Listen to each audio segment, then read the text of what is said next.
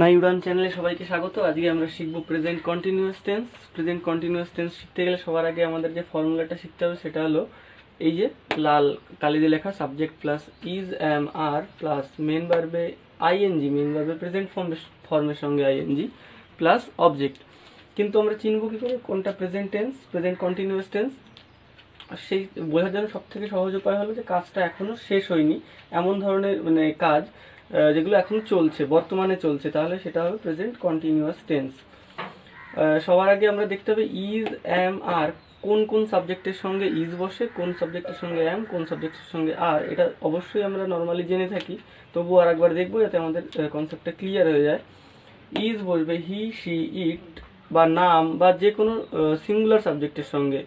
M শুধু আইয়ের সঙ্গে বসবে, আর এর সঙ্গে বসবে হলো উই, দে, ইউ এবং সমস্ত প্লুরাল সাবজেক্ট। এবার সিঙ্গুলার আর প্লুরাল সাবজেক্ট বলতে আমরা কি বুঝবো? সিঙ্গুলার সাবজেক্ট মানে যে সাবজেক্টটি বা যে কর্তাটি একা, আর প্লুরাল সাবজেক্ট হলো যেটা একের বেশি।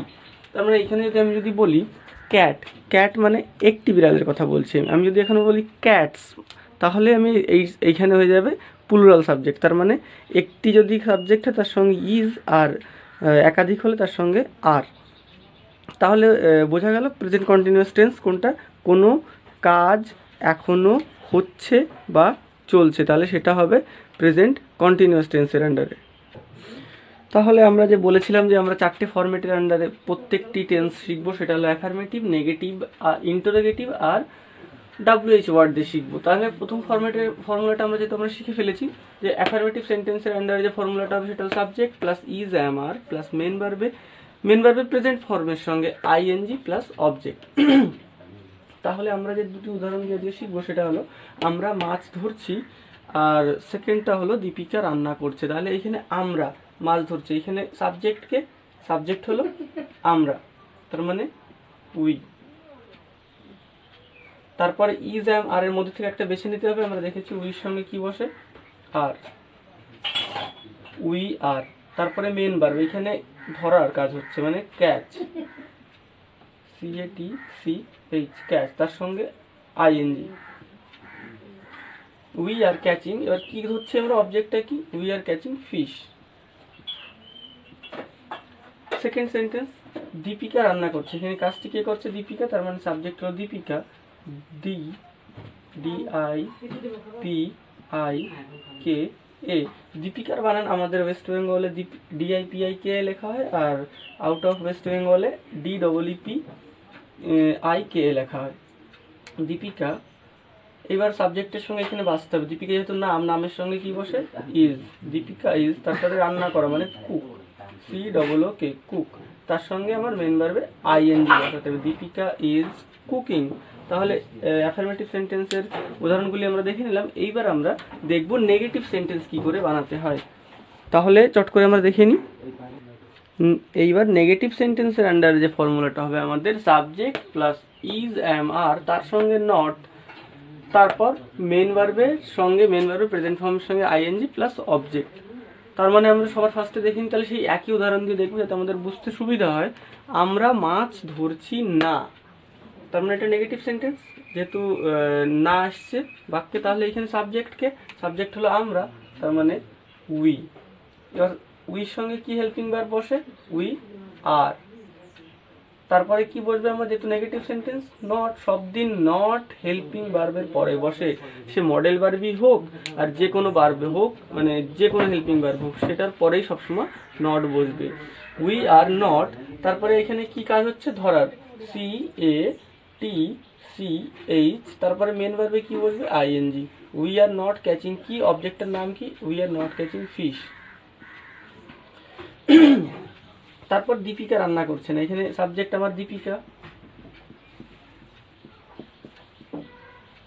তারপর দীপিকার সঙ্গে আমার কি হেল্পিং ভার্ব বসবে? Is, Deepika is. তারপর আমার কি বসবে? সবসময় নট কোথায় বসে? হেল্পিং ভার্বের পরে, দীপিকা ইজ নট। তারপরে কি main verb? Cook, Deepika is not, তারপরে মেন ভার্বে ING, Deepika is not cooking. তাহলে আমরা নট দিয়ে সেন্টেন্স বানানো শিখে গেলাম, কীভাবে নেগেটিভ সেন্টেন্সটি বানাতে হয়। বাস এটা মনে রাখতে হবে, যে কোনো টেন্স হোক, যে কোনো মডেল ভার্ব হোক, সব দিন নট বসে হলো আমার হেল্পিং ভার্বের পর, তা সেখানে যদি অন্য যে কোনো হেল্পিং ভার্ব হতে পারে। তাহলে এবার আমরা ইন্টারোগেটিভ সেন্টেন্স বানানো শিখব। তাহলে ইন্টারোগেটিভের আন্ডারে আমরা যে সেন্টেন্সটি বানানো শিখবো তার ফর্মুলা হলো, সবার ফার্স্টে বসবে আমার হেল্পিং ভার্ব। হেল্পিং ভার্ব হলো ইজ বা অ্যাম বা আর, তারপরে বসবে আমার সাবজেক্ট, তারপরে হলো আমার মেন ভার্ব, তার সঙ্গে আইএনজি, তারপরে অবজেক্ট। আর কোশ্চেন মার্ক কিন্তু লাগালে ভুললে হবে না। এইবার তাহলে আমরা সেই একই সেন্টেন্স দিয়ে উদাহরণ দেখব। আমরা কি মাছ ধরছি, তাহলে এইখানে সাবজেক্টকে আমরা, এবার কিন্তু আমার তো ফার্স্টে সাবজেক্ট বসালে হবে না, আমার সবার ফার্স্টে বসাতে হবে ইজ, অ্যাম বা আর এর মধ্যে থেকে যে কোনো একটি হেল্পিং ভার্ব। তাহলে আমরা উইর সঙ্গে কোন হেল্পিং ভার্বটি বসবে আমরা জানি, আর তারপরে আমার কি বসবে সাবজেক্ট, তারপরে সাবজেক্ট হলো কি উই, তারপরে কি আমার মেন ভার্ব। মেন ভার্ব কি ক্যাচ মানে ধরা, CATCH ক্যাচ, তার সঙ্গে আমার আইএনজি। আমরা কিসের অবজেক্ট কি এখানে, ফিশ। এটা মনে রাখতে হবে, এই ইন্টারোগেটিভ সেন্টেন্স দিয়ে যে প্রশ্ন করা হবে সেইটার উত্তর সবসময় ইয়েস বা নোতে হবে। দীপিকা কি রান্না করছে, এইবার এখানে সেন্টেন্স হবে দীপিকা হলো সাবজেক্ট, আমি সাবজেক্টের অ্যাকর্ডিং সাবজেক্টে দেখে এখান থেকে আমি হেল্পিং ভার্ব চুজ করে নেব ইজ। তারপর আমার কি সাবজেক্ট দীপিকা। এটা মনে রাখো, নামের কিন্তু প্রথম অক্ষর সবসময় ক্যাপিটাল লেটার হয়। নামের, দিনের, মাসের, কোনো জায়গার নাম, কেউ নাম হলেই প্রথম অক্ষর ক্যাপিটাল, ইজ দীপিকা।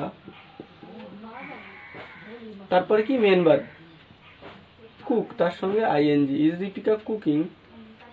ব্যাস হয়ে গেল সেন্টেন্সটি। তাহলে ইন্টারোগেটিভ দিয়ে আমরা সেন্টেন্স বানানো শিখলাম। এইবার আমরা দেখবো WH ওয়ার্ড দিয়ে কীভাবে সেন্টেন্স বানাতে হয়। তাহলে চলো চট করে ওটা দেখে নিই। তাহলে WH ওয়ার্ডের আন্ডারে যে আমরা সেন্টেন্সটি বানাবো তার ফর্মুলা হলো, সবার ফার্স্টে বসবে আমার WH ওয়ার্ড, তারপরে ইজ, অ্যাম বা আর হেল্পিং ভার্বের মধ্যে থেকে আমরা বেছে নেব, তারপর সাবজেক্ট, তারপর মেন ভার্বের সঙ্গে আইএনজি প্লাস অবজেক্ট, লাস্টে কোশ্চেন মার্ক।